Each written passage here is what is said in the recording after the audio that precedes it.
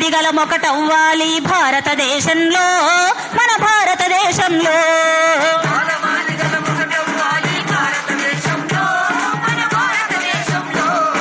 Corporate దోపిడి జాలం చదువులన్నీ కొన్నవారికే, contract ఉద్యోగ జాలం reservation లేని వారికే, మిగిలిన చదువులు అందవు అరిగిన కొలువులు దక్కవు, గంజిల మెతుకులు సున్నా అడుగున బతుకులు ఉన్నా, పంచుకుంటే కోపం ఎవరికి, తన్నుకుంటే మరి లాభం ఎవరికి. మలమాదిగలం ఒకటవ్వాలి భారతదేశంలో,